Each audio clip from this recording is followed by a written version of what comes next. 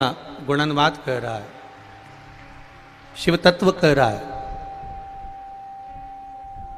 देवादिदेव महादेव का संवाद कह रहा है कि मोबाइल अगर खराब हो जाए तो उसको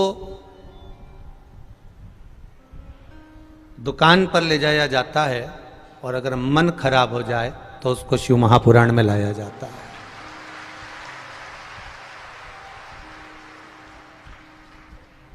मान लो मोबाइल में कुछ फंक्शन गड़बड़ हो गए, अब कितना जरा विचार करिएगा कि इतना सारा लोग आ गए, इतने सारे भक्त आ गए तो मोबाइल भी सही से काम नहीं कर रहा। अब इतने सारे भक्त आ गए तो तुम्हारा अच्छे से अच्छी कंपनी का मोबाइल भी काम नहीं कर रहा। उसी तरह आप लोभ, काम, आसक्ति, तृष्णा, वासना जब ये भीतर आ जाते होंगे तो ये मन क्या शिव का भजन कर पाता होगा?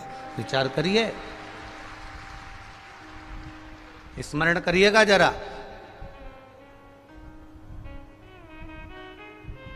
मोबाइल बंद हुआ, नेटवर्क गया, सिग्नल नहीं मिला, कई लोग भटक रहे हैं, कितनी अनाउंसमेंट कर रहे हैं कि ये खो गया, वो खो गया, ये कहाँ है, वो कहाँ है। जरा विचार करिएगा, जब काम, आसक्ति, लोभ, तृष्णा, मोह ये सब बढ़ जाता होगा तो मेरा भोलेनाथ भी तो कहीं खो जाता होगा, वो भी तो कनेक्शन में नहीं आता होगा। जरा विचार करिए। अब लगा भी रहे हैं तो वो लग नहीं रहा है, अब ढूंढ भी रहे हैं तो वो मिल नहीं रहा है।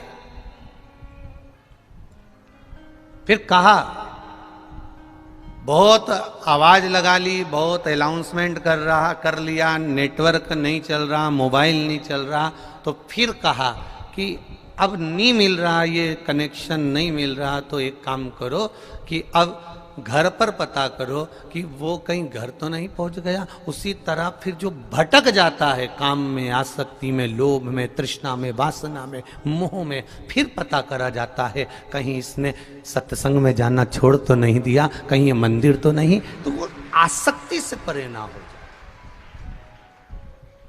हम उसको पाने का प्रयास, ये रुद्राक्ष महोत्सव केवल हम उसको धारण करने का विषय नहीं है, हम उसको अपने जीवन में उतारने का भी विषय है कि इतना जब जनता बढ़ जाती है, इतनी भक्त बढ़ जाते हैं तो अच्छे अच्छे का नेटवर्क नहीं मिलता। उसी तरह जब भीतर काम, लोभ, आसक्ति, तृष्णा बढ़ जाती है तो मेरे महादेव का भी नेटवर्क नहीं मिल पाता है। कैसे मिलाओगे?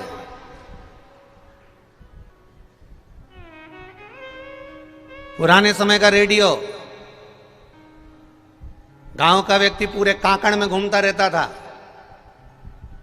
पूरे कांकड़ में घूमता था गांव का व्यक्ति, रेडियो को पकड़ कर कान में लगा के सिग्नल घुमाता ही रहता था। आया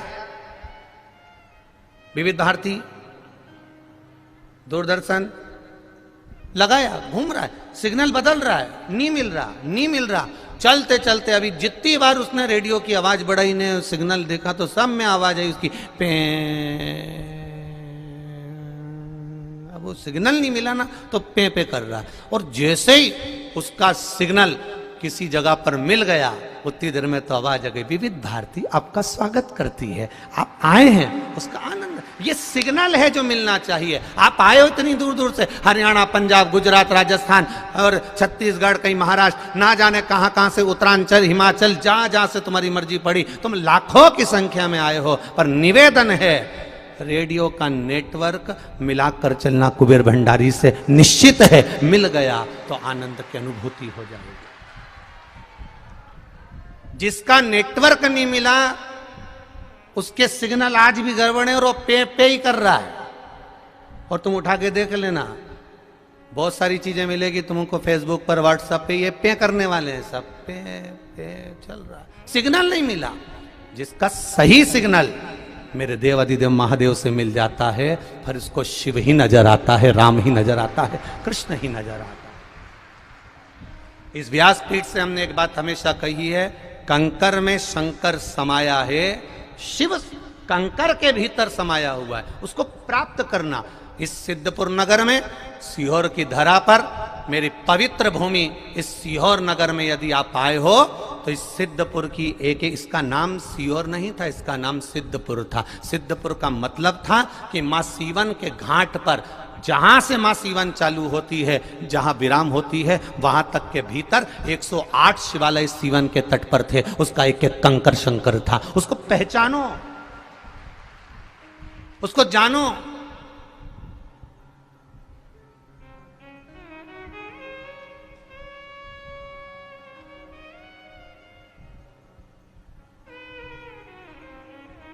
उसको पहचानना है हमको।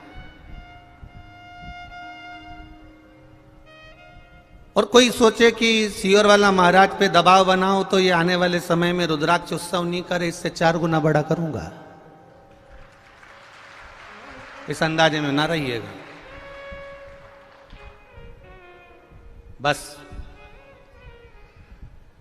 एक बात रहेगी, भक्त भी आएंगे, रुद्राक्ष भी आएगा, भजन भी होगा, कीर्तन भी होगा, स्मरण भी होगा, और ये भक्त का जो जमावाड़ा है इससे 10 गुना ज्यादा होगा, और उनका विश्वास भी पक्का होगा, निश्चित है।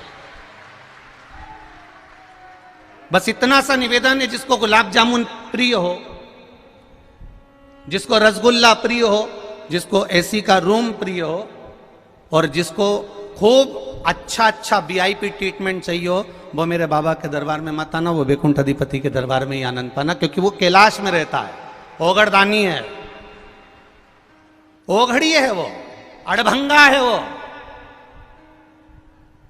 अगर उसको रखना होता तो वैकुंठ मेरे भगवान विष्णु को नहीं देता, अगर उसको रखना होता तो बद्री विशाल मेरे शंकर भगवान का था, नारायण को नहीं देता। वो भी अलमस्त होकर बद्री विशाल में बैठता, वो भी वैकुंठ में बैठता, पर उसने कहा नहीं, वैकुंठ में नारायण रहेंगे, ब्रह्मलोक में ब्रह्मा रहेंगे, मैं मृत्यु लोक में रहूंगा, क्योंकि पृथ्वी का एक एक कंकर में मैं बसा हूंगा। और देवता भी अगर आएंगे तो ऊपर नहीं, ऊपर से नीचे उतर कर आना पड़ेगा, और मुझसे मिलने के लिए, मुझसे जानने के लिए जाना पड़ेगा। ये कंकर में शंकर समाया, उसको पहचानना। लोग कहते हैं सीहोर सीहोर सीहोर, लोग कहते हैं सीहोर सीहोर, सीहोर नहीं है, सीहोर के एक एक कंकर का स्मरण तो करिएगा, एक एक कंकर का स्मरण, उसका भजन, उसका कीर्तन, उसका स्मरण, उसकी अविरल भक्ति धारण तो करो।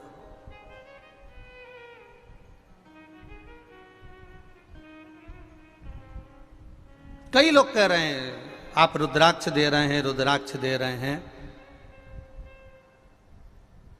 इस रुद्राक्ष में ऐसा है क्या जो भोपाल से लेके इंदौर तक गाड़ियां चींटी की चाल से चल रही है? क्या है इस रुद्राक्ष में?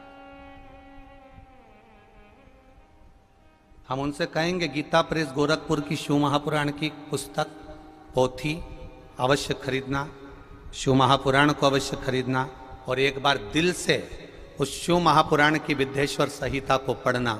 उसमें आपको एक एक रुद्राक्ष का महत्व मालूम पड़ जाएगा। सीहोर वाले महाराज से पूछने की जरूरत नहीं पड़ेगी, तुम भी सीहोर वाले नहीं, अपने नगर वाले महाराज कहलाओगे।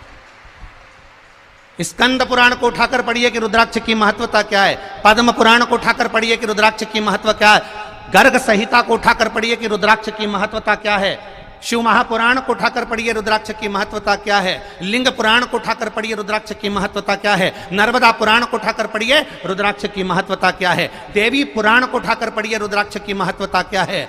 एक रुद्राक्ष की महत्वता और एक बेलपत्री के वृक्ष की महत्वता जिस दिन जान जाओगे, अपने घर के पास में 50 बेलपत्री के वृक्ष तुम लगाओगे, जिस दिन जान गए उस दिन लगाओगे। और जिस